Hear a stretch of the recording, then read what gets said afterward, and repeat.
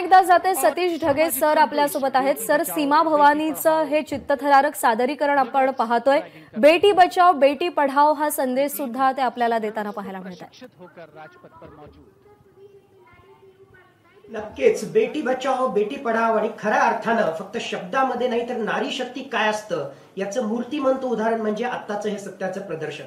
आपल्याला माहिती आहे की आता जे आहेत वेगवेगळ्या प्रकारच्या ॲडव्हेंचरस ॲक्टिव्हिटी ज्यामध्ये आता ही या ठिकाणी BSF ची महिलांची तुकडी या ठिकाणी त्यांचं प्रदर्शन करते आणि याच्यानंतर ITBP ची तुकडी येणार आहे। म्हणजे आतापर्यंत जे मानलं जात होतं की अशा प्रकारच्या चित्तथरारक कवायती या फक्त जे आहे मेल डॉमिनंट एरिया आहे, म्हणजे फक्त पुरुषांद्वारेच किंवा जवानांद्वारेच केल्या जाऊ शकतात, हे पूर्णतः चुकीचं ठरवण्याचं काम हे याची देही याची डोळा आपल्याला या ठिकाणी पाहायला मिळतंय आणि खऱ्या अर्थाने हे नारी शक्तीचं एक प्रकारे प्रतीक आहे। पण एक गोष्ट मी या ठिकाणी मुख्यतः युवकांना आवर्जून या ठिकाणी सांगू इच्छितो की मुळात जे आहे हे फक्त जे आहे स्टंट नाहीये, खरोखर या गोष्टी करण्यासाठी आहे मागच्या कित्येक महिन्यांपासून या सगळ्या जवानांचा, यामध्ये जे जे सहभागी आहेत या सगळ्या जवानांचा संयम, या सगळ्या जवानांची त्यांच्या कामाप्रती असणारी एकाग्रता, त्याचबरोबर त्यांनी याच्या प्रती घेतलेली प्रॅक्टिस, मेहनत आणि सर्वात महत्वाचा समन्वय, या टीम एफर्टच्या माध्यमातूनच जे आहे काही मिनिटांसाठीचं हे जे प्रदर्शन त्या ठिकाणी करतायत त्याच्या मागे जे आहे कित्येक दिवसांची कित्येक महिन्यांची मेहनत आहे हे आपण या ठिकाणी लक्षात घ्यावं। हा फक्त स्टंट नाहीये तर हे मेहनतीचं, समन्वयाचं आणि एकाग्रतेचं एकूणच फळ आहे असं आपल्याला या ठिकाणी आवर्जून सांगावं लागेल। अत्यंत महत्त्वाचा मुद्दा तुम्ही उपस्थित केलात की हा केवळ स्टंट नाहीये तर संयम, मेहनत आणि एकाग्रता या त्रिसूत्रीचा मिलाप जर असेल तर ते हे सादरीकरण आहे। सर, आणखी एक महत्त्वाचा मुद्दा की ITBP म्हणजे इंडो तिबेटियन बॉर्डर पोलीस यांच्या बाईकची जी तुकडी आहे ती पहिल्यांदा या संचलनामध्ये सहभागी होतीये। नक्कीच ITBPच्या जे आहेत हिमवीर जवानांतर्फे ही जी आहे तुकडी या ठिकाणी पुन्हा या ॲडव्हेंचरस ॲक्टिव्हिटीज आपल्याला या मोटर बाईकशी रिलेटेड ते त्या ठिकाणी दाखवत आहेत। आवर्जून जे आहे त्यांचा समावेश माझ्या मते यासाठी केला गेला असेल की मागच्या 2 वर्षांचा जर आपण त्या ठिकाणी इतिहास पाहिला तर आपल्या उत्तरेला आणि पूर्वेला ज्या प्रकारचा आपला संघर्ष चालू आहे आपल्या शेजारी राष्ट्रासोबत, तर त्या संघर्षामध्ये जे आहे ज्यावेळेस पँगॉंग सो सरोवराशी संबंधित संघर्ष निर्माण झाला तर त्यावेळेस फिंगर 4 वर जे आहेत त्यांची सैनिक या ठिकाणी येऊन बसले आणि त्यांना हटवण्यासाठी आपण जे आहेत साऊथ बँक वरचे काही महत्वाचे कैलाश माउंटन रेंजेसचे जे आहेत पीक्स कॅप्चर केले आणि त्यामध्ये या ITBPच्या हिमवीरांची अतिशय महत्वाची भूमिका होती आणि त्यांच्यामुळेच आपल्याला फिंगर 4 पासून फिंगर 8 पर्यंत चीनी सैनिकांना मागे लोटण्यामध्ये यश मिळालं होतं आणि त्याच्याच मुळे माझ्या मते ITBPच्या तुकडीला जे आहे या ठिकाणी स्थान दिलं गेलेलं आहे आणि शानदार तरीकेसे आपण या ठिकाणी पाहतोय की शानदार पद्धतीनं या ठिकाणी ते या चित्तथरारक कवायती जे आहेत या ठिकाणी दाखवत आहेत। इंडो तिबेटन बॉर्डर पोलीसचा नेहमीच मुख्यतः चीनशी संबंधित ज्या सीमा आहेत तर त्या नॉर्मल टाइम मध्ये त्या सीमांचं रक्षण करण्याची जबाबदारी या CAPF सेंट्रली आर्म्ड पोलीस फोर्सेसचा घटक असणाऱ्या इंडो तिबेटन बॉर्डर पोलीसच्या जवानांसोबत राहिलेला आहे। अतिशय प्रतिकूल परिस्थितीमध्ये हे त्या ठिकाणी हवामानाच्या प्रतिकूल परिस्थितीचा तर मुकाबला करतात, पण आता जे आहे PLAच्या सैनिकांचा सुद्धा मुकाबला करण्याची एक प्रकारे जे आहे चॅलेंज, आव्हान त्यांनी जे आहे सक्षमरित्या मागच्या काही महिन्यांमध्ये पेललेलं आपल्याला दिसतंय। निश्चितच आहे, गेल्या 2 वर्षांमध्ये ITBPच्या जवानांचं शौर्य, धैर्य आपण सगळ्यांनीच अनुभवलेलं आहे, उभ्या देशानं पाहिलेलं आहे। ABP माझा, उघडा डोळे बघा। 73व्या प्रजासत्ताक दिनाच्या कार्यक्रमाचा हा समारोप होतोय। पुन्हा एकदा जाऊयात सतीश ढगे सरांकडे। सतीश ढगे सर, तुम्ही या घोडेस्वारांबद्दल आणि त्यांच्या एकूण सेवेबद्दल सांगत होतात। प्रेसिडेंट्स बॉडीगार्ड, जसे मी सांगत होतो की प्रेसिडेंट्स बॉडीगार्ड जे आहेत तर ते या कार्यक्रमाला, हा महत्वाचा कार्यक्रम असतो तर त्या ठिकाणी सरसेनापतींना जे आहेत प्रेसिडेंट्स बॉडीगार्ड या ठिकाणी घेऊन येतात। राजपथावर हा पूर्ण कार्यक्रम त्या ठिकाणी झालेला आहे। राष्ट्रगीत आता झालेलं आहे आणि राष्ट्रगीत झाल्यानंतर आता सरसेनापती जे आहेत ह्या प्रेसिडेंट बॉडीगार्ड त्यांना एस्कॉर्ट करून परत वापस त्या ठिकाणी घेऊन येत जातील। तर प्रोटोकॉलचा भाग म्हणून सर्वात पहिल्यांदा जे आहेत ते सरसेनापती या ठिकाणी जातील। त्यानंतर जे आहेत उपराष्ट्रपती जर असले असते पण ते कोविड पॉझिटिव्ह असल्यामुळे ते आज या कार्यक्रमाला नाहीये, नंतर उपराष्ट्रपती असले असते आणि नंतर प्रधानमंत्री आणि संरक्षण मंत्री या क्रमाने ते त्या ठिकाणी जातील। प्रेसिडेंट बॉडीगार्ड मेनली जे आहे त्यांचं सेरिमोनियल अशा प्रकारचं महत्व आहे, सांकेतिक महत्व त्या ठिकाणी आहे. पण आज सुद्धा 21व्या शतकात असताना सुद्धा आर्म फोर्सेसच्या ज्या आहेत काही परंपरा या खूप महत्वाच्या ठरतात आणि त्या परंपरेचाच एक भाग म्हणजे आज सुद्धा जे आहेत प्रेसिडेंट बॉडीगार्ड, अश्वारूढ अशा प्रकारचे जे आहेत हे सैनिक या प्रेसिडेंट बॉडीगार्डचा त्या ठिकाणी ते पार्ट असतात आणि त्याचाच जो आहे कॉम्पोनंट आता आपल्याला जे आहे त्याच सगळ्या प्रोटोकॉलचा जो आहे एक कॉम्पोनंट आता आपल्याला या ठिकाणी पाहायला मिळतोय. आणि मला वाटतं सर हे आत्ता जे तुम्ही सगळं सांगितलं हे जगभरातल्या खूप कमी देशांमध्ये आहे जिथे घोडेस्वार हे बॉडीगार्ड असतात आणि भारत हा मला वाटतं त्यातला एक देश आहे. पण खूपच कमी देशांमध्ये ही परंपरा आता जपली जाते. नक्कीच खूप कमी देशांमध्ये ही परंपरा आहे. ब्रिटन त्यापैकी एक आहे, काही युरोपियन राष्ट्रांमध्ये त्या ठिकाणी आहे आणि तसं जर पाहिलं तर ही परंपरा जी आहे तशी लोप पावत चाललेली आहे. पण मी जसं म्हटलं याला जे आहे खरोखरच त्याला आपण जर जे आहे प्रॅग्मॅटिझमच्या पॉईंट ऑफ व्ह्यूनं पाहिलं, प्रॅक्टिकॅलिटीच्या पॉईंट ऑफ व्ह्यूला पाहिलं तर त्याला काही महत्व नाही. पण त्याहून महत्वाचं परंपरा ज्या आहेत आर्म फोर्सेसशी संबंधित काही परंपरा ज्या आहेत त्या खूप महत्वाच्या असतात. कारण त्या परंपरांच्या आधारावरच त्या आर्म फोर्सेसची जी आहे दैनंदिन कार्यशैली सुद्धा त्यावर डिपेंडंट आणि त्याच परंपरांचं हे एक अत्यंत सुंदर दृश्य आपण पाहतोय. पंतप्रधान नरेंद्र मोदी, राष्ट्रपती, संरक्षण मंत्री हे सगळे जण त्यांच्या साठी आलेल्या या अश्वाला कुरवाताना आपल्याला दिसतात. presented with the Chief of Army Staff's commendation card, and it's a very sentimental moment for the commandant of the President's bodyguard. This majestic steed, graceful arch of the neck, beautiful gentle trot has seen 10 Republic Day parades.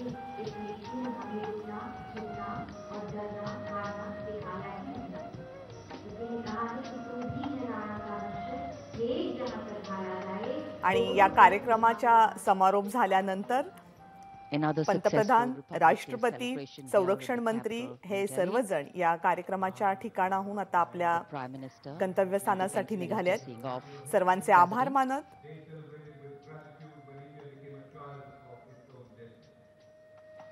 सगळ्यात अगोदर राष्ट्रपती.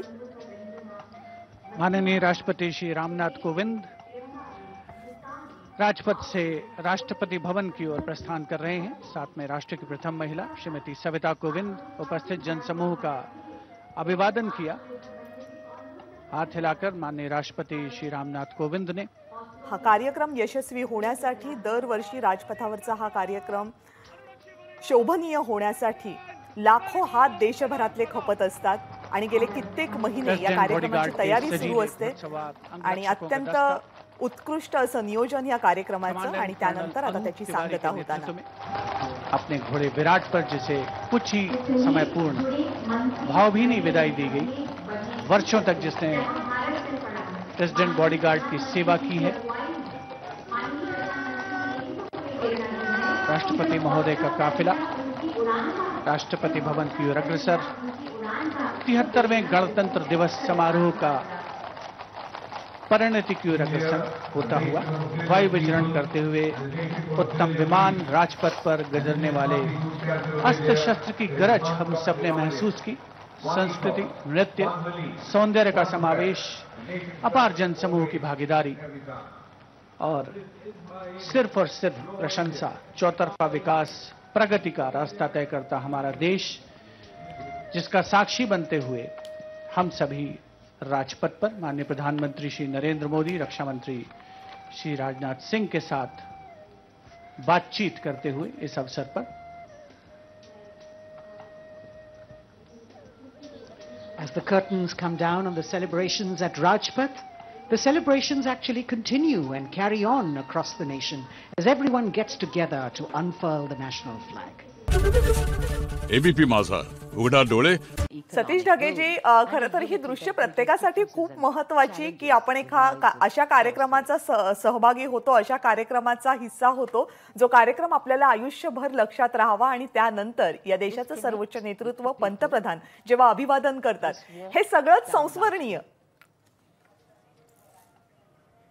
नक्कीच, म्हणजे प्रत्येक भारतीयासाठी, खऱ्या भारतीयासाठी तो स्वातंत्र्य दिन असो किंवा प्रजासत्ताक दिन असो, त्या दिवशीचा समारंभ हा खरोखरच अत्यंत महत्वाचा असतो. आणि त्यातल्या त्यात आझादी का अमृत महोत्सव ज्यावेळेस आहे, ज्यावेळेस 75 वर्ष पूर्ण झालेले आहेत, त्यावेळेस अशा प्रकारचा समारंभ हा अतिशय महत्वाचा ठरतो.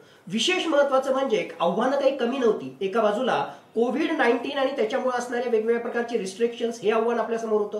दुसऱ्या बाजूला सिक्युरिटी चॅलेंजेस, ड्रोनचा हल्ला होण्याची शक्यता आहे, वेगवेगळ्या प्रकारचे स्पेसिफिक अशा प्रकारचे इंटेलिजन्स इनपुट्स होते, ज्ञात आणि अज्ञात अशा प्रकारचे धोके सुद्धा त्या ठिकाणी होते.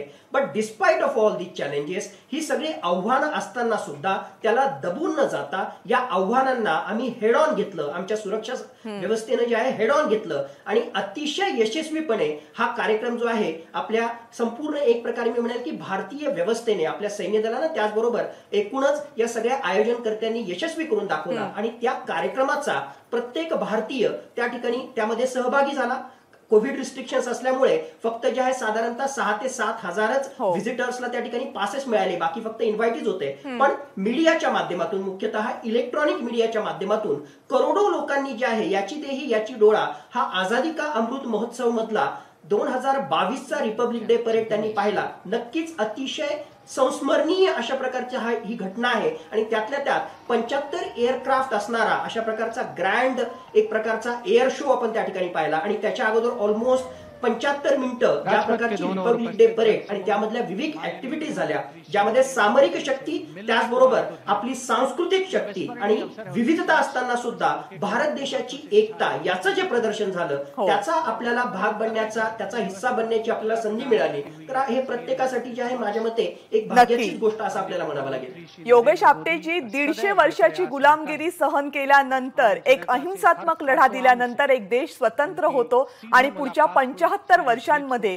तो देश जगाच्या नकाशावर आपलं स्वतंत्र अस्तित्व स्थापित करतो. आणि त्याच देशाचा प्रजासत्ताक दिन जेव्हा साजरा होतो आणि त्या देशाचे पंतप्रधान उपस्थितांना जेव्हा अभिवादन करतात, त्यावेळेस तो सोहळा, तो क्षण हा सगळ्यांसाठी संस्मरणीय तर असतोच असतो, पण एक अभिमानाचा सुद्धा असतो. खरी गोष्ट आहे कर्नल ढगे, आणि तुम्ही खूप छान समअप केलंय. तर it's achievement not only as a country but all the security agencies and the defence agencies ज्यांनी मिळून याला कम्प्लीट केलं on time and on schedule in a safe manner. The amount of threats which are there around Delhi, we cannot even imagine. त्याच्यासाठी पण सगळे protocols आणखीन security measures they are in place. आणखीन we were able today we were able to project India in the right light to the whole world, because जसं आपण म्हणतो की इतके भारतीय तितके भारतीय, पण नॉट ओनली भारतीय, अक्रॉस द वर्ल्ड लोक या परेड वगैरे बघतात की where the country reach and from where it has come, where it has headed. तर मला वाटतं की हा जो पूर्ण कार्यक्रम झाला, it was quite successful in projecting जे प्लॅन आणि ऑब्जेक्टिव्ह होते. तर congratulations to all the agencies who have taken part and successfully completed. And thank you to your channel also for bringing it to all the audience in a very, very understandable and can assimilate जसं लोक करू शकतात तशा फॉर्मॅटमध्ये लोकांना समजवायला. खरं तर सर, सतीश ढगे आणि तुमचे मला मनापासून आभार मानायचे आहेत. गेले 2 तास तुम्ही तुमच्या सगळे अनुभव आमच्या समोर मांडलेत आणि या अनुभवांच्या आधारे हा संपूर्ण सोहळा नेमका काय असतो, त्याचे अर्थ काय असतात, त्याच्या मागच्या परंपरा काय असतात आणि एक भारतीय म्हणून आपल्या सगळ्यांसाठी याचं महत्त्व काय असतं, हे तुम्ही आम्हा सगळ्यांना समजावून दिलत, मातृभाषेमध्ये समजावून दिलत. त्याबद्दल तुमच्या दोघांचे एबीपी माझातर्फे अगदी मनपूर्वक आभार. थँक्यू आणि फार फार धन्यवाद. आणखीन it was also a good opportunity for us to explain things to people. लोकांपर्यंत पोहोचायला हवं की what each thing stands for, आणखीन किती त्याच्यामध्ये एफर्ट जातो. So towards that it was a great effort from your channel. Thank you so much. Thank you sir. Satish Dhage sir, thank you. Doctor Kavita, फक्त शेवट थँक्यू डॉक्टर कविता, तुम्हाला आणि एबीपी माझाच्या संपूर्ण टीमला, कारण तुमच्या टीमच्या माध्यमातूनच जे आहे संपूर्ण महाराष्ट्राच्या नाही, मराठी चॅनल्स पाहणाऱ्या जगातल्या सगळ्या दर्शकापर्यंत प्रेक्षकांपर्यंत आम्हाला पोहोचता आलं आणि त्यांच्याशी जे आहे या महत्वाच्या दिवशी हितगुज त्या ठिकाणी साधता आली. तुमचे खरंच खूप खूप धन्यवाद आणि पुन्हा एकदा तुमच्या एबीपी माझाच्या संपूर्ण टीमला आणि संपूर्ण प्रेक्षकांना या 73व्या गणतंत्र दिनाच्या खूप खूप शुभेच्छा. धन्यवाद. जय हिंद. जय हिंद. धन्यवाद सर. एबीपी माझा, उघडा डोळे बघा नीट. Smartly saluting the Supreme Commander. Satish Dhage sir, तुमच्याकडे येते. दिल्ली पोलिसांची एक तुकडी आता आपल्या समोरून गेली. या संचलनातला त्यांचा इतिहास खूप गौरवशाली आहे. त्या संदर्भात अधिक जाणून घ्यायला Sub Inspector Karan Singh in command. नक्कीच वर्ष 2021 मधला बेस्ट मार्चिंग कंटिंजंट म्हणून जे आहे याच दिल्ली पोलीसच्या कंटिंजंटला पुरस्कार मिळाला होता आणि आतापर्यंत इतिहासामध्ये माझ्या मते 15 वेळेस दिल्ली पोलीसच्या मार्चिंग कंटिंजंटला अतिशय शिस्तबद्ध पद्धतीने योग्य तो समन्वय साधत आणि योग्य प्रकारे पदलालित्य दाखवत त्यांनी जे संचलन या ठिकाणी केलेलं आहे त्याचा गौरव म्हणून आतापर्यंत त्यांना पुरस्कार मिळालेला आहे. मागच्या वर्षीचा सुद्धा पुरस्कार त्यांना मिळाला होता. आतापर्यंत आपण पाहिलं की आर्मीचे 6, नेव्ही आणि एअरफोर्सचं एक कंटिंजंट असे 8 आणि 4 जे आहेत सीएपीएफ आपण ज्याला म्हणतो सेंट्रली आर्म्ड पोलीस फोर्सेस, ज्यामध्ये सीआरपीएफ होतं, सीआयएसएफ होतं, इंडियन कोस्ट गार्ड त्या ठिकाणी त्यांचा समावेश त्या ठिकाणी होता आणि सशस्त्र सीमा बल यांचे 4 कंटिंजंट त्या ठिकाणी गेले. दिल्ली पोलीसचं कंटिंजंट त्या ठिकाणी होतं. आता त्याच्यानंतर जे आहेत 2 एनसीसीशी रिलेटेड जे आहेत कंटिंजंट मार्चिंग कंटिंजंट त्या ठिकाणी येतील आणि एक जे आहे तो एनएसएसचा मार्चिंग कंटिंजंट त्या ठिकाणी येईल. म्हणजे आपण जर पाहिलं तर आपल्या संरक्षण व्यवस्थेशी संबंधित आर्मी, नेव्ही, एअरफोर्स यांचं एक प्रकारे जे आहे रिप्रेझेंटेशन आपण पाहिलं. हा सगळा कार्यक्रम आपल्या देशाच्या राजधानीमध्ये होतोय. दिल्ली पोलीसचं कंटिंजंट आपण पाहिलं. अर्धसैनिक बल सेंट्रली आर्म्ड पोलीस फोर्सेस त्यांची सुद्धा अतिशय महत्वाची भूमिका आपल्या संरक्षण व्यवस्थेमध्ये असते. त्यांचे कंटिंजंट्स आपण त्या ठिकाणी पाहिले आणि आता आपलं भविष्य खऱ्या अर्थानं आपल्या युवकांना योग्य दिशा देण्यासाठी आपल्या संरक्षण व्यवस्थेमध्ये त्यांचा रस वाढावा आणि प्रत्यक्ष रीतीने जरी ते सहभागी झाले नाही तरी एनसीसीच्या माध्यमातून, एनएसएसच्या माध्यमातून त्यांच्या मनामध्ये एक प्रकारे राष्ट्रप्रेमाची भावना निर्माण व्हावी. शिस्तबद्ध जीवन पद्धती, सिस्टमॅटिकनेस, प्रोफेशनलिझम हा त्यांच्या कामामध्ये यावा. मेंटली आणि फिजिकली ते टफ बनावेत. या सगळ्यांसाठी एनसीसीची अतिशय महत्वाची भूमिका असते आणि संपूर्ण भारतामधून निवडलेले असे 100 एनसीसी कॅडेट तुम्हाला जे आहे मुलांचा बॉईज एनसीसी कॅडेटची एक मार्चिंग कंटिंजंट आपल्याला दिसेल आणि मुलींचा जो आहे 100 मुलींचा एक एनसीसीचा मार्चिंग कंटिंजंट त्या ठिकाणी दिसेल आणि एनएसएसचा सुद्धा जो आहे एक कंटिंजंट दिसेल. नक्कीच युवकांना प्रेरणा देणारं अशा प्रकारचे जे आहेत हे मार्चिंग कंटिंजंट असतात. नेहमीच रिपब्लिक डे परेड मध्ये त्यांचा समावेश असतो. सर, मला एनसीसी आणि एनएसएस बद्दल तुमच्याशी बोलायचंच आहे, पण त्याआधी आपण उंटांची ही तुकडी पाहतोय बीएसएफच्या जवानांची. 35 अन्य के साथ दस्ते का भाग है. केसरिया साफा कलंगी बॉर्डर सिक्युरिटी फोर्स जे आहे म्हणजे आता त्यांना जर आपण त्या ठिकाणी पाहिलं तर उंटांसोबत जे आहेत हे जवान त्या ठिकाणी आलेले आहेत. शानदार सॅल्यूट त्या ठिकाणी देत आहेत आणि ज्यावेळेस आपण परेड पाहतोय तर खऱ्या अर्थानं अभिमान वाटावा अशा प्रकारचं जे आहे यांचं मार्चिंग कंटिंजंट आहे. कारण एक तर जे आहे उंटावर स्वार झालेले आहेत, पारंपरिक वेशभूषेमध्ये आहेत आणि तुम्ही जर हे सगळे जवान पाहिले तर सगळ्या जवानांना जे आहे एक सारखीच अशी जी आहे लांब पिळदार मिशी सुद्धा जी आहे त्यांना त्या ठिकाणी. मुळात बॉर्डर सिक्युरिटी फोर्सेसची महत्वाची भूमिका राजस्थान त्याचबरोबर पंजाब, मुख्यतः राजस्थानच्या वाळवंटामध्ये जे आहे यांची अतिशय महत्वाची भूमिका असते आणि आपलं जे शेजारी राष्ट्र आहे पाकिस्तान त्यांच्याकडून नेहमीच आपल्या सुरक्षा व्यवस्थेला धोका निर्माण होतो. त्याहून महत्वाचं नार्को टेररिझम आपण ज्याला म्हणतो, ड्रग्सशी संबंधित जे स्मगलिंग आहे त्या स्मगलिंगला रोखण्यामध्ये सुद्धा पाकिस्तान बॉर्डर पासून त्या स्मगलिंगला रोखण्यामध्ये सुद्धा या बॉर्डर सिक्युरिटी फोर्सनं अतिशय महत्वाची भूमिका बजावलेली आहे आणि त्यांचाच तो कंटिंजंट उंटावर स्वार होऊन जाताना आपल्याला आता त्या ठिकाणी दिसला. म्हणजे या उंटांवर स्वार या कंटिंजंटला पाहिल्यानंतर वाटतं की फक्त जे आहेत यांचे सैनिकच शिस्तबद्ध नाहीत, त्या सैनिकांसोबत राहून हे प्राणी सुद्धा आहे. हाच मुद्दा सर मला उचलायचा आहे खरं तर इकडे. ढगे सर, हाच मुद्दा उचलायचा आहे की माणसाला शिस्त लावणं किंवा माणसानं एखाद्या व्यक्तीनं शिस्तबद्ध संचलनामध्ये सहभागी होणं आणि प्राण्यांनी सहभागी होणं यामध्ये खूप मोठा फरक असतो. उंटांना वेगळं प्रशिक्षण दिलं जातं का संचलनासाठी?